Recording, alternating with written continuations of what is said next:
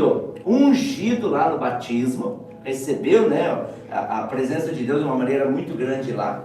Mas quando vem isso no batismo, seja nas águas, seja no Espírito, pode ter certeza que essa presença, essa unção de Deus na nossa vida, normalmente tem dois propósitos. Primeiro, para nos capacitar para o ministério, que era o caso de Jesus, mas também para capacitar para vencer a tentação, vencer o próprio diabo. Mas o que eu queria dizer aqui, antes de eu iniciar, o que eu quero falar sobre como você se vê, é você entender os desertos, entender as provas, entender as dificuldades. Então o deserto é um princípio espiritual da palavra de Deus. E todos nós, abra lá em Deuteronômio 8. Deuteronômio 8, é lá no comecinho, Gênesis, Êxodo, Levítico, em Números, aí vem Deuteronômio. É o quinto livro, lá do Pentateuco, dos 5 livros de Moisés. Deuteronômio 8, versículo 2 a 5. Para a gente entender que o deserto também tem um propósito de Deus na nossa vida. Ai, pastor, mas para que falar de deserto? É que todos nós vamos precisar passar por desertos. Ah, passa só uma vez? Não, nós vamos passar muitas vezes por deserto. Faz parte da caminhada. É no deserto que você aprende a vencer a tentação. É no deserto que nós somos provados para ver o que está no nosso coração. É no deserto que nós aprendemos a conhecer mais a Deus. É no deserto que a gente vence a murmuração, a queixa. Porque a queixa e murmuração é que prolonga o deserto na nossa vida. Eu costumava dizer no passado, né, que o nosso deserto é do tamanho da nossa língua. Então, conforme eu falo, conforme eu comento a respeito das coisas ao meu derredor, só aumenta ou diminui o deserto. Por isso a importância de compreender essa questão. Deuteronômio 8, versículo 2 em diante. Lembre-se de como o Senhor seu Deus os guiou pelo deserto, nesses 40 anos. Jesus ficou quantos dias no deserto? 40 dias foi suficiente para ele. O povo precisou de 40 anos. Lembre-se de como o Senhor seu Deus os guiou pelo deserto nesses 40 anos, humilhando-os e pondo à prova o seu caráter, para ver se vocês obedeciam ou não a seus mandamentos. Sim, ele os humilhou, permitindo que tivessem fome. Em seguida ele os sustentou com maná, um alimento que nem vocês nem seus antepassados conheciam, a fim de lhes ensinar que as pessoas não vivem só de pão. Foi o que Jesus teve que responder para o diabo lá também. Mas de toda palavra que vem da boca do Senhor. O pessoal precisava entender que esse deserto fazia parte, para entender assim que quem nos sustenta é Deus. Deus pode usar a fonte que Ele quiser, os meios que Ele quiser, mas a gente nunca perder. Esse é o verdadeiro significado do dízimo. A gente só dá o dízimo e permanece dando se a gente reconhece que a fonte é Ele. Porque se Deus parar, tirar a nossa saúde, tirar o ar que a gente respira, e aí? O que adianta ganhar um monte se você perder a tua vida? Então, quando nós dizimamos, estamos dizendo assim: eu dependo de Deus, eu não dependo do meu trabalho. Eu dependo de Deus, eu não dependo do meu potencial. Eu dependo dele, é Ele que me dá o potencial, é Ele que me dá o trabalho, é Ele que me dá a saúde, é Ele que me dá o fôlego. Então, o dízimo é uma demarcação de que você tem um proprietário, você é exclusivo de alguém. Essa é uma maneira da gente entender essa questão do dízimo. Não só de pão, mas de toda a palavra que vem da boca do Senhor. Ao longo de todos esses 40 anos, suas roupas não se gastaram e seus pés não se incharam, nem criaram bolhas. Pense nisso. Assim como o Pai disciplina o Filho, também o Senhor, seu Deus, disciplina vocês para o seu próprio bem. Então, o que eu queria que a gente entendesse nessa introdução dessa mensagem, como você se vê? Para a gente compreender que a nossa identidade, quando ela está bem resolvida, ela vai determinar como você se vê. Então, quem é que tem que determinar a nossa identidade? É a nossa formação? É a nossa família? É a escola? Não, tem que ser o Pai. O Pai que nós estamos falando aqui é de Deus. É Ele quem determina a nossa identidade. Quando eu entendo que eu sou natureza de Deus, que eu sou criatura de Deus, que eu tenho o DNA de Deus, porque nós fomos feitos à imagem e semelhança de quem? De Deus. Eu não fui feito à imagem e semelhança de macaco. Se alguém pensa assim, coitado. Eu fui feito à imagem e semelhança de Deus. Eu não sou uma beba. Eu não fui criado de uma energia cósmica. Nós somos criados pelo Criador do universo. Por isso nós somos feitos à imagem e semelhança dele. E se nós somos a imagem e semelhança do Criador, você vai ter o DNA do Criador. É óbvio. Não tem como eu ser criado à imagem e semelhança do Criador e vou ter a imagem e semelhança de um macaco, de um bicho, ou de uma encarnação, não sei o que alguns imaturamente pensam. Se eu fui criado à imagem e semelhança do Criador do Universo, eu sou isso. Amém? Então essa é a minha identidade. Eu e você fomos criados à imagem e semelhança de Deus. Então nós somos filhos do Altíssimo. Então você não é o maior título que você poderia ter na vida. Não é porque você é filho do fulano, porque você é prefeito, presidente. Isso aí é muito passageiro, é muito supérfluo, é muito sazonal. Você é filho de Deus. Não tem título, não tem expressão maior para a nossa vida do que essa. Ser filho de Deus. Amém? Agora olha só o que determinou a identidade de Jesus. Lá em Mateus 3,17 que a gente leu, Jesus ouviu a voz do céu que dizia assim: esse é o meu filho amado. Esse é o meu filho amado, que me dá grande alegria. Agora o que o diabo vem e fala para ele? O tentador veio e lhe disse: se você olha só, como o diabo é sujo. A gente tem que ter essa percepção no dia a dia. Porque o diabo vem e pergunta para ele: olha, mas se você é o filho de Deus, você viu a palavra é se você é. Ele tinha ouvido do próprio Pai: este é o meu filho amado. Aí ele vem e vai testar. Se você é o filho de Deus, então manda essas pedras aqui se transformar em pão. Se ele cai nessa pegadinha do Ricardino, se ele cai nessa pegadinha dele, Jesus tinha sido derrotado. Jesus não ficou, não caiu nisso. Olha só que ele: se és o filho de Deus mesmo, então manda que essas pedras se transformem em pães. Olha a resposta de Jesus: está escrito. Eu gosto muito disso. Está escrito: nem só de pão viverá o homem, mas de toda a palavra que procede da boca de Deus. Você vai entender que isso acontece conosco no dia a dia também. O diabo estava questionando aquilo que Deus havia dito lá no batismo para Jesus. E ele respondeu que ele vivia pela palavra que sai da boca de Deus. Qual era a palavra que tinha saído da boca de Deus? Há poucos minutos: este é o meu filho amado. Essa era a palavra, e ele viveu por isso. Então Jesus nunca ficou em dúvida sobre quem ele era. Todo questionamento do inimigo é se cremos ou não naquilo que Deus disse. Esse é o questionamento do inimigo. Se nós cremos naquilo que Deus falou. A gente começa a pedir prova. Senhor, se é o Senhor então, que alguém lá diga, que apareça não sei o que eu enxergue não sei o que eu veja não sei o que alguém não sei o que. Todas essas provas nos tornam derrotados do inimigo. Porque o inimigo vem estar em dúvida. E a dúvida é inimiga da fé. E quando você alimenta qualquer tipo de dúvida, você não alimenta a fé. E quando você não alimentou a dúvida, você é alvo fácil, você é petisco fácil para o inimigo. Então por isso a gente tem que compreender isso. E não seria pecado Jesus transformar as pedras em pães. Mas se Jesus tivesse feito isso, ele estaria dizendo que a palavra de Deus não era suficiente, mas que ele precisava ter alguma prova adicional. Compreenderam? Então se ele caísse nessa cilada, ele estava dizendo assim: a palavra de Deus não é suficiente, eu preciso de mais uma prova. E quando eu quero mais uma prova, então ali eu sou derrotado. Então essa é a mesma prova que eu e você enfrentamos. Na vida espiritual a identidade é muito importante. E ela é definida pelo que Deus diz. Pelo que Ele diz. Se Deus diz: você é meu filho amado. Se Ele diz: quem crê em mim, como diz as Escrituras, do seu interior fluirão rios de água viva. Se Ele diz que você é cordeiro com Cristo, isso é posição. Se Ele diz que você é mais do que vencedor, creia. Se Ele diz que você já tem paz, creia. Conforme você vai crendo, aquilo vai se materializando, aquilo vai se processando dentro da tua vida. E de dentro para fora, de maneira metabólica, você vai viver aquilo que você crê.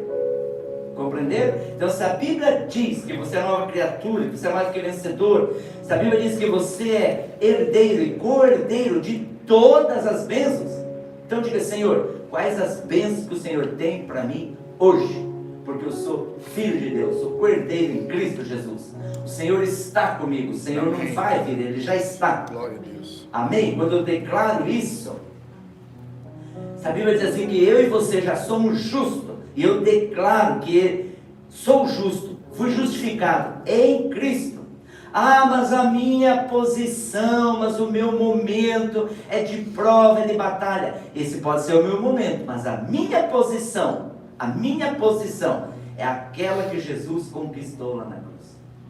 E se Ele lá na cruz já conquistou a vitória, então eu já sou vencedor e já sou mais do que vencedor, como diz a palavra de Deus. Então só descobrimos quem somos em Cristo. E isso, queridos, lendo, meditando no Evangelho. Então não vamos permitir de nós nos tornarmos jamais um grupo religioso qualquer, que simplesmente vai como se fosse manada, no barulho de alguém. Não, vamos ler o Evangelho, medite na palavra, para a gente crescer e ver o resultado daquilo que Deus falou. Porque uma das primeiras palavras que eu ministrei esse ano aqui no nosso culto, se nós meditarmos na palavra, nós vamos ter estabilidade, vai ter durabilidade na nossa vida, nós vamos frutificar e nós vamos prosperar. Lembra disso? Então, se nós se deleitar, ter prazer naquilo que Deus falou, nós vamos usufruir disso. Então, nós vamos conseguir descobrir quem somos quando a gente medita, quando a gente vai para o Evangelho, a gente sai do sensacionalismo e vai para a palavra. Quando a gente sai do emocionalismo e vai para a palavra. Quando a gente sai do achismo e vai para a palavra. Quando a gente sai do renuncia o nosso ego e vai para a palavra, vai ouvir, vai para o corpo, está ali conectado. Então parabéns para você, mesmo no feriadão, você que não viajou, né? Graças a Deus está aqui, alguns aí conectados. Que benção que você está aqui ouvindo a palavra. Então quando fazemos isso, se a gente tem essa tendência de fazer o que o diabo quer, de buscar uma prova adicional daquilo que Deus já escreveu na sua palavra, se eu fico buscando uma evidência a mais, quando a gente faz isso, nós somos reprovados no teste. O grande teste é ficarmos só com a palavra de Deus e não buscarmos provas em nossos sentimentos. Gravou isso, querido? Isso aqui é muito importante. O grande teste é ficarmos só com a palavra de Deus e não buscarmos prova em nossos sentimentos ou coisas para saber se Deus está comigo. Quando eu estou atrás de coisas ou atrás de sentimentos, tipo assim, será que Deus está comigo? Será que Deus me ama? Se a Bíblia diz que Deus me ama, está dito, vou crer na palavra, vou crer no que está escrito. Aí o diabo não tem espaço, porque eu estou crendo no que Deus falou. O diabo nos aniquila a hora que ele quiser, se não fosse a palavra, se não fosse Deus em nós. Então nós não temos poder, em nós mesmos, na nossa capacidade, contra o diabo. É Deus que já venceu o diabo, é Cristo que já venceu o diabo. Então em Cristo eu sou mais do que vencedor. Em Cristo eu posso ser maior do que está em mim, do que aquele que está no mundo. Aí eu vou declarar o que a Bíblia diz, não o que eu estou sentindo. Então se eu ficar com a palavra de Deus, eu vou começar a desfrutar daquilo que ela diz. Então Jesus não fez coisa alguma naquela hora, apenas ele declarou a palavra, aquilo que estava escrito. Quando o inimigo questionar sua identidade, quem é você? Questionar você, tua vida. E às vezes, querido, grava isso, às vezes o diabo questiona, sabe como? Com pessoas ao nosso redor. Pessoas muito queridas que nos amam ao nosso redor. Você querer falar isso, olha o que você fez, mas olha como é que era a tua vida, agora você querer dar sermão. Essas são estratégias que o inimigo usa para questionar a tua identidade. Não, eu sou filho de Deus. Ah, mas eu nasci na fé hoje. Já é filho de Deus. Mas e o passado? A Bíblia diz que Deus apaga. Ah, mas o que eu fiz no passado? Ele apagou. Ele já perdoou todos os teus pecados do passado e todos os teus pecados do futuro. O que importa é hoje, a vida que você tem com Deus hoje. É isso que conta diante de Deus. E isso é a sua posição. E isso define seu caráter. E isso define sua identidade. Amém, queridos? Então o diabo sempre quer discutir a sua identidade. Aprenda a declarar a palavra de Deus, mesmo que você não esteja vendo coisa alguma. Simplesmente Repita aquilo que a palavra de Deus diz sobre você. O inimigo vai sempre tentar você com relação à identidade. Pode ter certeza. É muito fácil dele vir, mas olha só o que você está passando. Olha só como está se arrastando esse teu pedido de oração. Olha quantos anos faz que você vem orando por isso e nada. Então é nessas horas que a sua identidade é provada. Não. Deus é fiel, Deus é bom, Ele prometeu, Ele vai cumprir. Quando você vai falando o que está escrito na palavra, a tua identidade se afirma, se concretiza, fica ali enraizada, e além da sua identidade ficar ali firme e enraizada, você começa a desfrutar do resultado. Então sempre declare, afirmando a sua identidade como filho de Deus, nova criatura. É assim que você vence, inclusive, o pecado. Tem muita gente que, por causa, está com uma situação que sabe que é pecado, e ele luta para vencer, não consegue. A maioria não consegue. A resiliência, a autoajuda, a auto-performance, que é o tom hoje na sociedade, que só produz um ego muito grande em algumas pessoas, porque elas acabam criando raiz até para o misticismo nesses segmentos, principalmente em alguns determinados segmentos que existem na sociedade, não sendo todos, mas muitos deles têm, porque a pessoa não aprende a depender da ajuda do alto. Ela quer uma autoajuda, onde tem o seu esforço próprio. E o seu esforço próprio é limitado, porque tem situações que são maiores do que você. Você precisa depender de Deus, precisa depender do Espírito Santo. E quando você depende de Deus, depende do Espírito Santo, fica leve. O fardo fica leve. Não fica aquele peso, aquela situação complicada, difícil de resolver. Então a gente precisa aprender a descansar debaixo dessa promessa de Deus. Então a minha pergunta para mim e para você é: como você se vê? Como você se vê? Você se vê como filho? Você se vê como herdeiro das promessas? Você se vê como mais do que vencedor? Você se vê como aquele que vive e desfruta de vida abundante?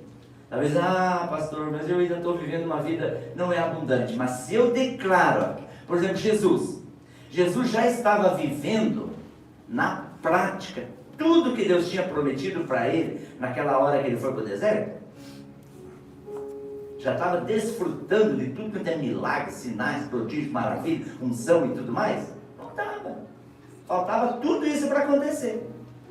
Mas ele já sabia, sou filho.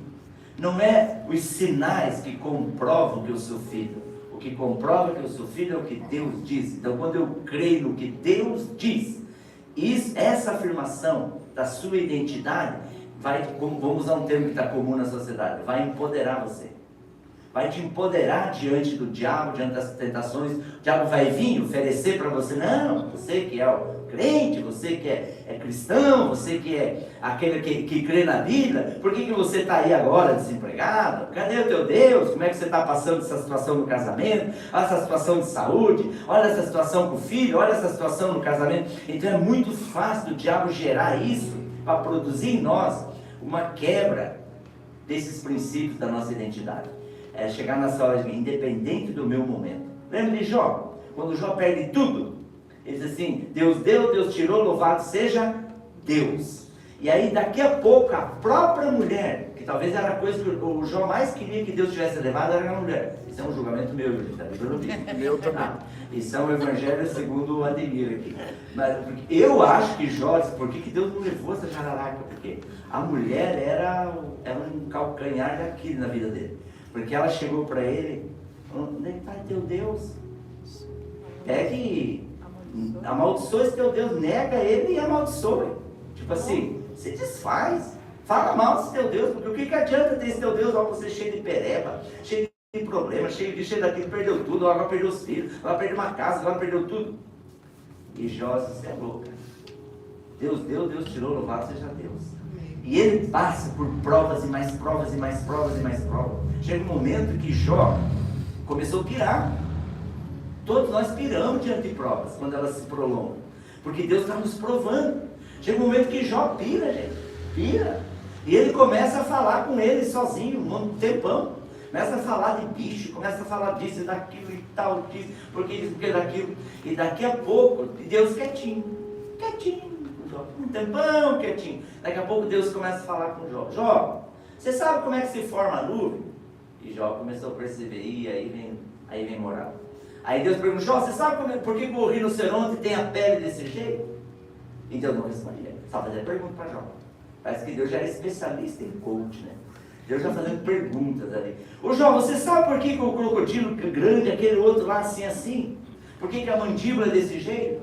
E Deus vai perguntando detalhe de tudo que Deus tinha criado. E Jó não conseguia responder uma. Aí Deus vem e começa a falar com ele, de maneira assim sobrenatural. Aí no final da vida de Jó, Jó diz assim, eu conheci a Deus só que eu ouvi falar. Agora eu conheço porque eu te vejo. Querido, esse é o que eu penso que é um dos maiores desertos que a Bíblia mostra, é a história de Jó. Então eu não sei você, mas eu passo por deserto muitas vezes.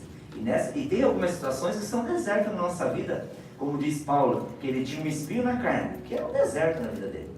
Ele pediu ao Senhor 3 vezes para Deus tirar. E Deus disse para ele, a minha graça te basta. Tem hora que nós vamos ouvir isso do Senhor, a minha graça te basta. Se você quiser algo além da minha graça, para que você possa estar assim, referendando a sua identidade, ou a minha presença na sua vida, então existe um vazio, existe uma crença errada sobre quem é Deus. Se eu necessito que Deus prove para mim, através de alguma provisão, através de algum material, através de alguma coisa que é transitória, que é passageira aqui na terra, inclusive a própria saúde, então eu com certeza não entendi o que é amar a Deus acima de todas as coisas. Se eu amo a Deus tendo coisas, então eu amo mais as coisas do que aquele que dá as coisas. Compreenderam? Se eu dependo de resultados para que eu ame a Deus, para que eu tema a Deus, então, querido, é sinal que eu preciso de Deus. Me perdoa, eu ainda estou escravo das coisas. Imagine você sendo cristão hoje, lá na Turquia ou na Síria, e toda a tua família nos escombros, só você sobreviveu. Onde é que está Deus? Cadê meu Deus? Ai, agora, o que vai ser da nossa vida? Meu Deus! Nós aqui no Brasil, com tanta abundância, reclamamos porque um mês uma conta de luz atrasou um telefone, alguma situação. Então, quando essas coisas tiram a nossa adoração, tiram o nosso louvor, tiram a nossa certeza de quem nós somos, que nós somos filhos de Deus, que Deus cuida de nós, então é sinal de que o nosso deserto não vai permanecer. Então eu queria desafiar você, assim como eu também sou desafiado todos os dias. Vamos colocar inteiramente nosso coração em Deus. Buscar o reino de Deus em primeiro lugar. Porque as demais coisas Ele vai acrescentar. E independente da prova que eu e você estejamos passando, vamos passar. Não vamos tirar os olhos dele, porque Ele é o autor e consumador da nossa fé. Quando nós permitimos sair os olhos dele e colocamos nas coisas, as coisas criam mais valor do que Ele. E isso vira vaidade, isso vira uma egolatria, a gente começa a deixar o nosso ego muito inflado. E esse ego inflado, ele é aquele que vai nos afastando de estar junto aqui ouvindo a palavra de Deus. Então, parabéns pelo teu coração, você que está ouvindo, que vai ouvir isso na semana. Que Deus te ajude a compreender o valor de ter uma identidade bem resolvida. Por isso eu quero terminar com essa pergunta de novo. Como você se vê? Como você se vê? Você se vê como filho? Independente de você estar naqueles escombros lá na Turquia? Você se vê como filho, independente de você estar administrando uma doença que os médicos não sabem o que fazer? Você se vê como filho, herdeiro de todas as bênçãos, mesmo que alguma coisa aos teus olhos está se arrastando na tua casa? Como você se vê? Você se vê como filho, como herdeiro? Isso faz com que acelere os resultados de bênção na nossa vida, porque a gente não está atrás das bênçãos, nós estamos atrás do abençoador. E lembre-se, querido, grava isso. Eu sei que você não vai gravar tudo que eu falei aqui hoje, mas grava isso que eu vou dizer agora. Nada que Deus te dê, que Deus faça por você, é maior do que Ele. Não existe uma bênção, não existe um milagre, não existe uma resposta de oração que é maior do que Ele na sua vida. Você pode ganhar o mundo inteiro, mas se você não tiver a presença dEle, do Espírito Santo, todos os dias, não tem nada que substitui isso. Todos nós temos um buraco, um vazio na nossa existência que faz a nossa identidade ficar bem resolvida, que é do tamanho de Deus. Por isso, busque Ele todos os dias. Amém. E você vai viver intensamente o verdadeiro sentido de reino de Deus aqui na terra. Amém? Amém? Amém. Vamos ficar em pé para orar? bens.